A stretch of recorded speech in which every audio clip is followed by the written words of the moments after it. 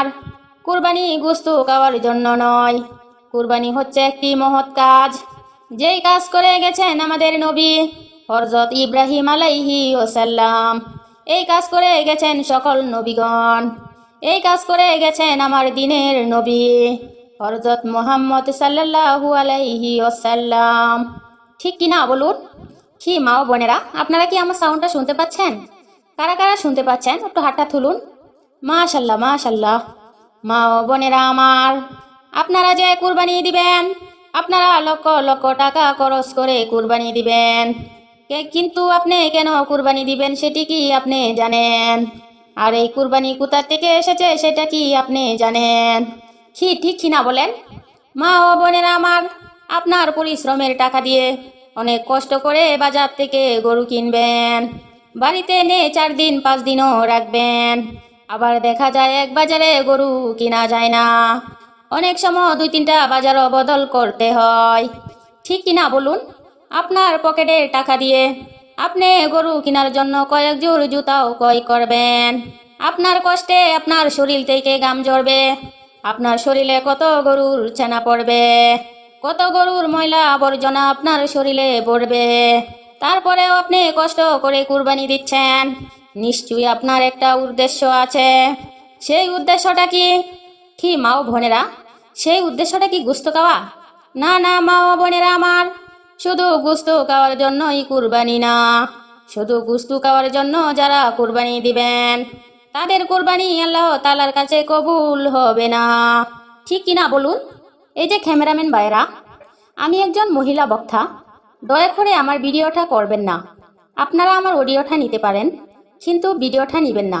আর এই যে ছোট ছোট বাচ্চারা, তোমরা দৌড়াদৌড়ি করছো কেন? তোমরা চুপ করে বসো, তোমাদেরকে চকলেট দেওয়া হবে। মা ও বোনেরা আমার, এই কুরবানি কিন্তু সাধারণ কোনো বিষয় না। এই কুরবানি নিয়ে মহান আল্লাহ তাআলা পবিত্র কোরআনে ঘোষণা দিয়েছেন। কোরআনের আয়াত আমি বাংলায় বলে দিচ্ছি।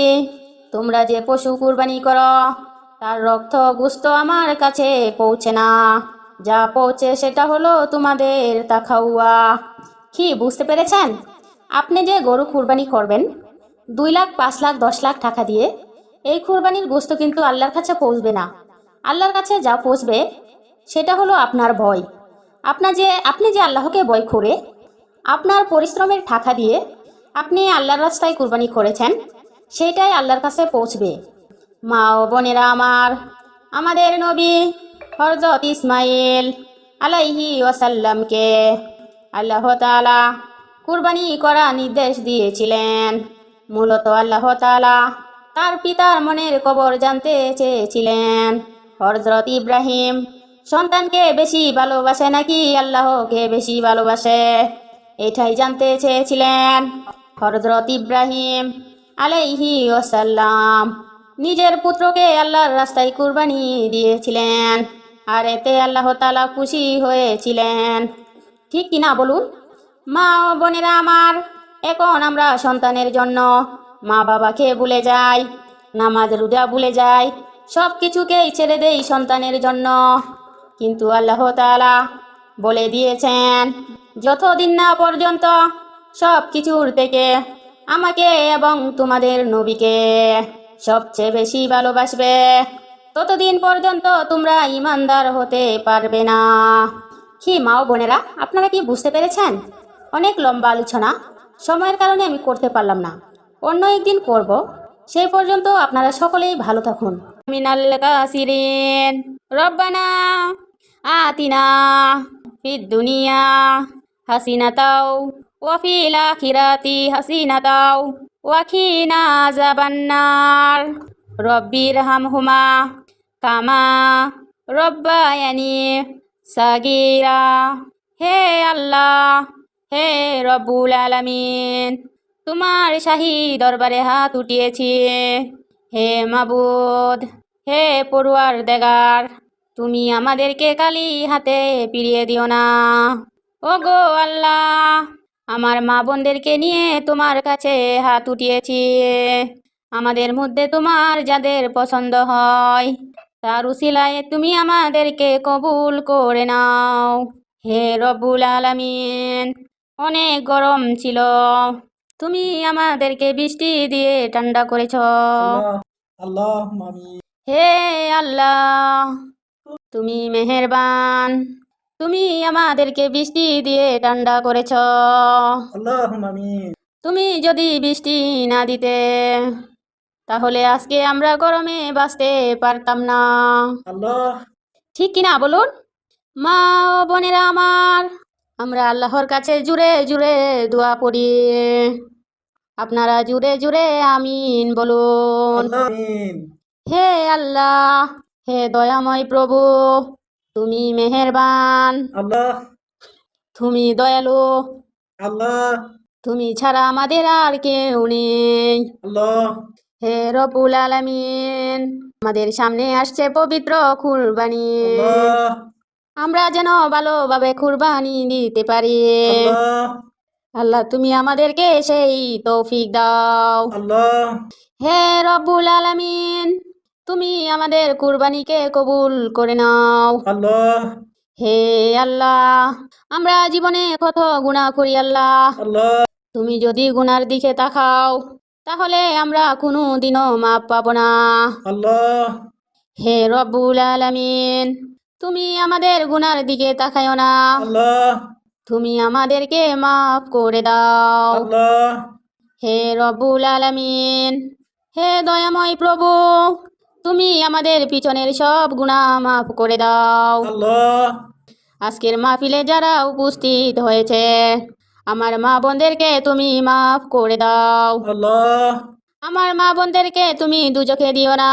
আল্লাহ আমার মা বোনেরা দুজকের আগুন সইতে পারবে না। আল্লাহ হে রব্বুল আলামিন, তুমি আমার পিতা মাতাকে মাফ করে দাও। আল্লাহ আমাদের পূর্বপুরুষদেরকে মাফ করে দাও। আল্লাহ হে রব্বুল আলামিন, তুমি আমাদেরকে মাফ করে দাও। আল্লাহ রব্বির হামহুমা কামা রব্বায়ানি সগীরা। হে আল্লাহ, মৃত্যুর সময় তুমি আমাদের জবানের জারি করিয়া দিও লা ইলাহা ইল্লাল্লাহু মুহাম্মাদুর রাসূলুল্লাহ। সাল্লাল্লাহু আলাইহি ওয়াসাল্লাম। বোনেরা আমার, অত বেশি ওয়াজ পড়তে হয় না।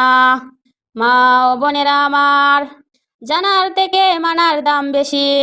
আপনি কোরআনের হাফেজ হলেও আপনার কোনো দাম নেই যদি আপনি আমল না করেন। ঠিক কিনা বলুন?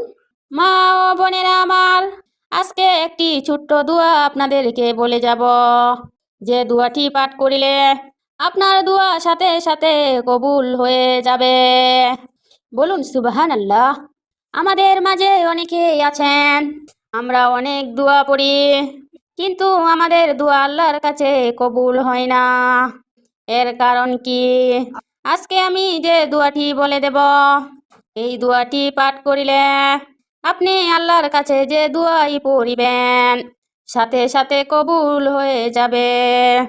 আপনি যদি বলেন, হে আল্লাহ, আমাকে কোটি কোটি টাকা দাও, আমাকে পাহাড় সমান সম্পদ দাও, আমার সব রোগ বালাই দূর করে দাও, আমাকে তুমি সম্মান দাও, আপনি যদি এই দোয়াটি পড়েন তাহলে আপনার দোয়ার সাথে সাথে কবুল হয়ে যাবে। বলুন সুবহানাল্লাহ। কি মা ও বোনেরা, আমরা কি সেই দোয়াটি শিখতে চাই? কে কে শিখতে চান একটু হাতটা তুলুন তো। মাশাল্লাহ মাশাল্লাহ। আজকের মাহফিলে আমি ঘোষণা দিয়ে যাচ্ছি, আপনারা যারা আজকে উপস্থিত হয়েছেন আপনারা সবার প্রথমে জান্নাতে প্রবেশ করিবেন। বলুন সুবহানাল্লাহ। মা ও বোনেরা আমার, সেই ছোট্ট দোয়াটি হলো আউযু বিল্লাহি মিনাশ শাইতানির রাজিম, বিসমিল্লাহির রহমানির রহিম, রাব্বানা তাকাব্বাল মিন্না ইন্নাকা আনতাস সামিউল আলিম। এই দোয়াটি বেশি বেশি আমল করিবেন, তাহলে আপনার মুখ থেকে যে দোয়াই আমল করিবেন কোনো দোয়াই আল্লাহ তাআলা বিফলে দিবেন না, সব দোয়াই সাথে সাথে কবুল হয়ে যাবে। বলুন সুবহানাল্লাহ। কি মা ও বোনেরা, আপনারা কি বুঝতে পেরেছেন? সামনে কুরবানি ঈদ, তাই আমি আর আপনাদের সময় নষ্ট করব না। আজকের ওয়াজটি আমি এখানেই শেষ করে দিলাম। সবাই আমার জন্য দোয়া করবেন। কে গুস্ত পাক করে খাওয়াইতে পারলাম না। মা বোনেরা, মা ফাতেমা কেঁদে কেঁদে বলেন, ও গো আমার স্বামী, আজ 3 দিন যাবৎ চুলায় জাল ধরাতে পারি না। আজকে একটা ঈদের দিন, আমার 2 সন্তান যে কাঁদতেছে, তাদের জন্য আমি কি ব্যবস্থা করব? কি মা ও বোনেরা, আপনারা কি বুঝতে পারছেন? মা ফাতেমার জীবনী দেখলে পাওয়া যায়, মা ফাতেমার জীবনে কোনো একদিন সুখ করতে পারে নাই। ফাতেমা কেঁদে কেঁদে বলে, ও আল্লাহ, আমি কার কাছে যাব? আমার 2টি সন্তান আজ কাঁদতেছে। আজ সবার ঘরে ঘরে গোশত পাক করা হয়েছে। আমার যে 2 সন্তান গোশতের জন্য কাঁদতেছে। আমার ঘরে 3 দিন যাবৎ চুলায় আগুন জ্বালাতে পারি না। ফাতেমার জীবনী দেখা যায়। তখন আল্লাহ ফেরেশতাকে ডেকে বলে, ও আমার ফেরেশতারা, তোমরা তাড়াতাড়ি যাও। আমার বন্ধুর 2 নাতি ঈদের দিনও নাকি না কে রয়েছে। আমি তো সব জানি, সব দেখি। আমি তাদের মনের অবস্থা দেখি, ফাতেমার ধৈর্য পরীক্ষা দেখি। ফাতেমা যে জান্নাতের সর্দার হবে, তাকে আমি একটু পরীক্ষা করে নিলাম। ও আমার ফেরেশতারা, তোমরা দেখো, এই সেই নারী ফাতেমা। তার চরিত্র দেখো, তার ধৈর্য দেখো। আমি আল্লাহ ঘোষণা দিয়ে দিলাম, এই দুনিয়ার মধ্যে যেই নারী ফাতেমাকে অনুসরণ করে চলবে, সেই নারী ফাতেমার সাথে জান্নাতে প্রবেশ করবে। সুবহানাল্লাহ। আপনারা একটু জুড়ে বলুন সুবহানাল্লাহ। মা ও বোনেরা আমার, আমরা কোন নবীর উম্মত? যেই ফাতেমা ঈদের দিন একটু গোশত পেত না রান্না করার জন্য, আর আমরা ঈদের দিন হলে বড় বড় ডেগে মাংস বুনা করে খাই, শুধু শুধু মাংস খাই। তাহলে আপনারা বুঝুন আমরা কোন নবীর উম্মত। এই যে আমরা সব কিছুই পাচ্ছি, কার উসিলায় পাচ্ছি? আজকে আমরা এই নবীর উসিলায় পাচ্ছি। তাহলে কি আমাদের এই নবীর উপর দুরূদ পড়ার দরকার? খেয়ে খেয়ে নবীর উপর দুরূদ পড়ুন, একটু হাঁটা তুলুন। তো চলুন আমরা একটু মধুর সুরে জিকির করি। সুবহানাল্লাহ ওয়ালহামদুলিল্লাহ ওয়ালা ইলাহা ইল্লাল্লাহ, লা ইলাহা ইল্লাল্লাহু মুহাম্মাদুর রাসূলুল্লাহ। নবী আমার চোখের মণি, নবী আমার সোনার কণি, নবী আমার চোখের মণি, নবী আমার সোনার কণি। সেই নবীর নাম না জপিলে যাইতে হবে দুজকে। সুবহানাল্লাহ আলহামদুলিল্লাহ ওয়ালা ইলাহা ইল্লাল্লাহ, সুবহানাল্লাহ আলহামদুলিল্লাহ ওয়ালা ইলাহা ইল্লাল্লাহ। মা ও বোনেরা আমার, আপনারা বেশি বেশি করে দুরূদ শরীফ পাঠ করিবেন। একবার দুরূদ শরীফ পাঠ করিলে আপনার 10টি গুনাহ মাফ হয়ে যাবে, আর আপনার নামে 10টি সওয়াব লেখা হবে। বলুন সুবহানাল্লাহ। মা ও বোনেরা আমার পরে আরো অনেক মূল্যবান বক্তা রয়েছে, তাই আমি আমার ওয়াজটি এখানেই শেষ করে দিলাম। মা ফাতেমা কেঁদে কেঁদে তার বাবাকে বলে, ও আমার আব্বাজান, আজকে একটা কুরবানি ঈদের দিন। আজকে আপনার 2 নাতিকে গোশত পাক করে খাওয়াইতে পারলাম না। মা বোনেরা, মা ফাতেমা কেঁদে কেঁদে বলেন, ও গো আমার স্বামী, আজ 3 দিন যাবৎ চুলায় জাল ধরাতে পারি না। আজকে একটা ঈদের দিন, আমার 2 সন্তান যে কাঁদতেছে, তাদের জন্য আমি কি ব্যবস্থা করব? কি মা ও বোনেরা, আপনারা কি বুঝতে পারছেন? মা ফাতেমার জীবনী দেখলে পাওয়া যায়, মা ফাতেমার জীবনে কোনো একদিন সুখ করতে পারে নাই।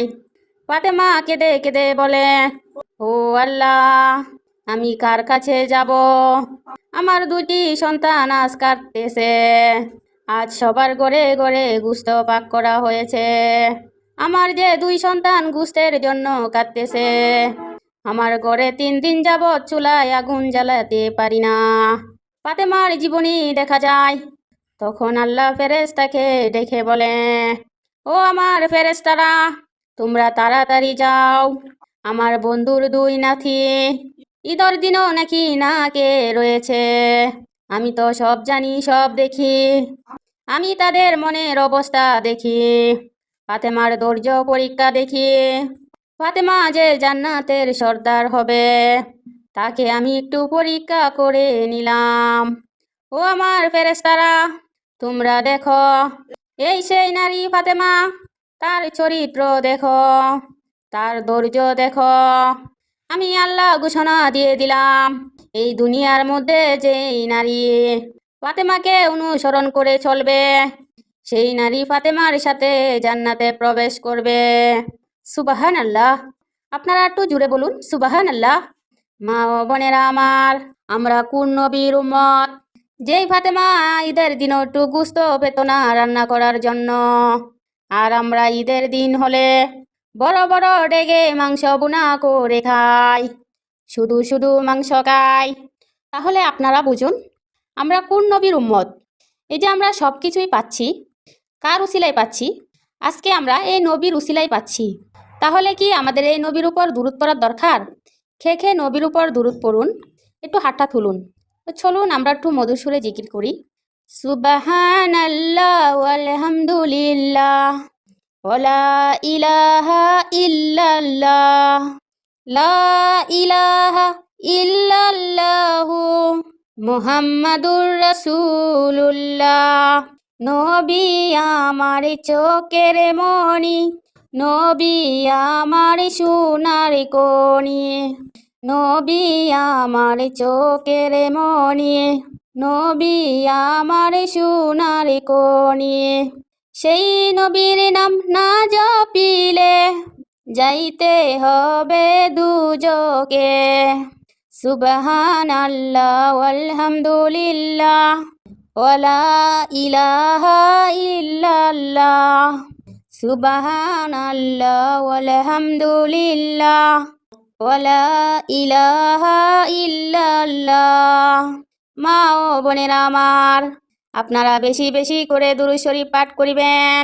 একবার দুরূদ শরীফ পাঠ করিলে আপনার 10টি গুনাহ মাফ হয়ে যাবে, আর আপনার নামে 10টি সওয়াব লেখা হবে। বলুন সুবহানাল্লাহ।